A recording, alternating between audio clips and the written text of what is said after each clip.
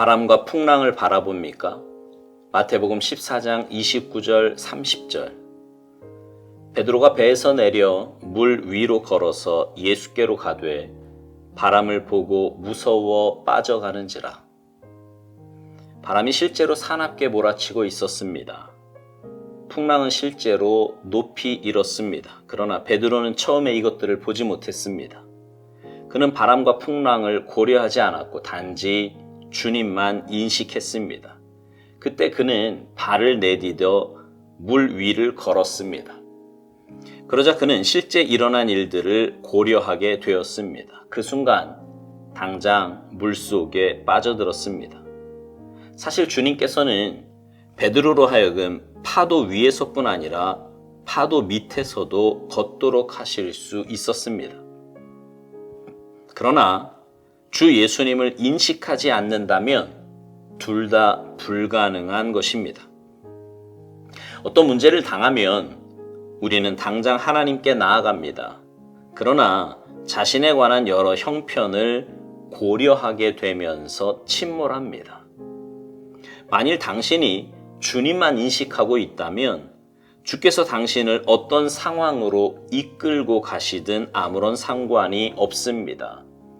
실제 바람과 풍랑은 언제나 있는 것이고 단지 당신이 그것을 바라보는 즉시 당신은 주눅이 들면서 예수님을 알아볼 수 없게 되는 것입니다. 그러면 주께서 꾸짖으십니다. 왜 의심하였느냐? 우리가 처한 실제 상황 가운데서 예수님을 계속 인식하며 온전하게 주만 의지하십시오.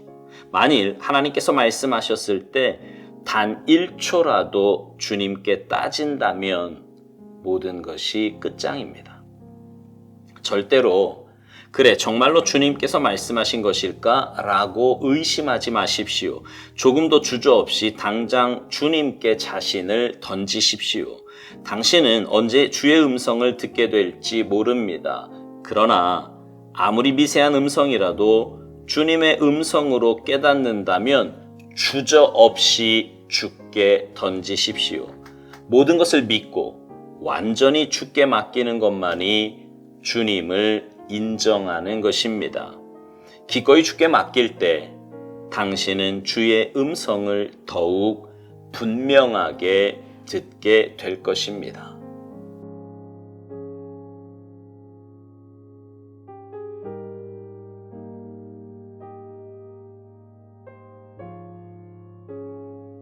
오늘 본문은요, 물 위를 걸으시는 예수님과 베드로의 이야기입니다. 오스왈드 목사님은 묵상을 시작하면서 베드로가 바람이 사납게 몰아치는 것도 풍랑이 실제로 높이 일었던 것도 처음에는 몰랐다고 했습니다. 그러나 사실 베드로는 알고 있었어요. 그래서 그 풍랑과 사투를 벌이고 있었고 그때 예수님이 그들에게 다가오셨습니다.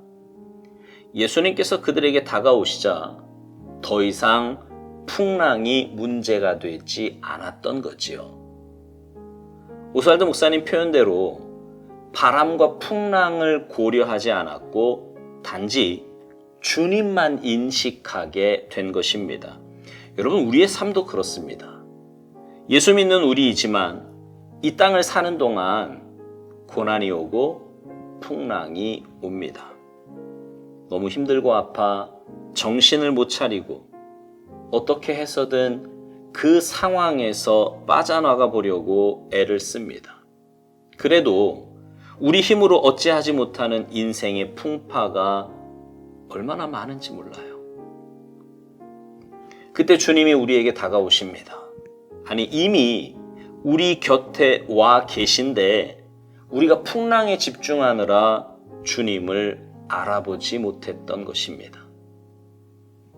하지만 주님의 은혜로 주님을 보게 됩니다. 그러면 이제 더 이상 인생의 그 모든 문제들이 내 인식 안에 머물지 않습니다. 이미 내 모든 인식과 의지가 주님께로 향해 있기 때문입니다. 그러면 용기가 생깁니다. 마치 베드로가 주님 말씀 의지하여 물 위를 걷는 것처럼 말이지요. 근데 이제 문제는 그 다음이에요. 그리고 나면 계속해서 주님 바라보며 주님께 더 가까이 가야 하는데, 그런다고 해서 풍랑이 멈춘 건 아니잖아요. 여전히 있잖아요. 다 있어도 그냥 주님 보고 갔으니까 계속 그렇게 가야 하는데, 어느새 주변 환경과 문제가 눈에 들어오기 시작합니다. 그런데 이건 좀 심각하게 생각해 봐야 될 문제예요.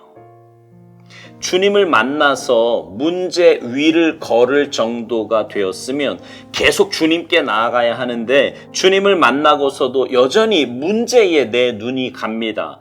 그리고 문제 속으로 빠져 들어가기까지 합니다. 왜 그런 일이 생기는 걸까요? 결론부터 말하면 육신을 가진 연약한 우리이기 때문입니다. 이것은 주님 앞에 서는 날까지 계속해서 싸워야 될 문제예요.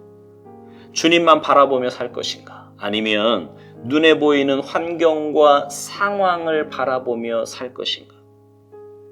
분명한 사실은 만약 우리가 주님 바라보며 살아간다면 우리가 만나는 어떤 상황도 그리 큰 문제가 되지 않는다는 것입니다. 물론 아픔도 있고 힘들도 있지만 그 모든 것이 주님보다 크거나 강하지 않기 때문이에요. 우리 교회 그런 고백하시는 분들 정말 많거든요. 힘들고 어려운 상황이었지만, 아니 그 가운데 여전히 있지만 주님으로부터 오는 그 은혜, 그 평안함, 그 위로, 그거로 이겨내는 분들. 그러나 반대로 주님이 아닌 문제와 환경을 바라보면 예수님이 안 보입니다. 그러니 오스왈드 목사님 표현대로 주눅이 들 수밖에 없고 문제 속으로 빠져들어갈 수밖에 없는 거예요. 제가 종종 드리는 말씀처럼 육신을 가지고 사는 우리는 주님 나라 갈 때까지 문제를 만나게 될 것입니다. 오스왈드 목사님 말대로 실제 바람과 풍랑은 언제나 있는 거예요. 그러니 그 문제가 있음에 힘들어할 것이 아니라 문제 속에서 내가 어떤 선택을 하고 누구를 바라보며 살아갈 것인가가 중요한 것입니다. 주님께서 베드로를 향해 오라고 말씀하셨던 것처럼 오늘 우리에게도 주님은 계속해서 말씀하고 계십니다. 내게로 오라고요. 나를 바라보라고요. 나를 믿으라고요. 예배 가운데, 기도 가운데 말씀을 통해 주님 음성을 듣게 된다면 그 주님께 여러분의 삶을 던지시기 바랍니다. 오스왈드 목사님은 아무리 미세한 음성이라도 주님의 음성으로 깨닫는다면 주저없이 주께 던지라고 말합니다.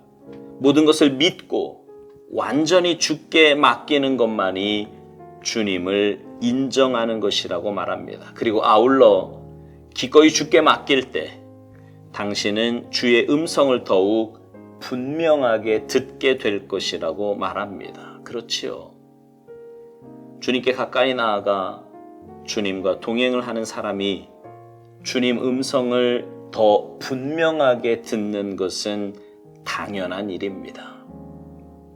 여러분은 무엇을 바라보며 사십니까? 주님입니까? 아니면 바람과 풍랑입니까?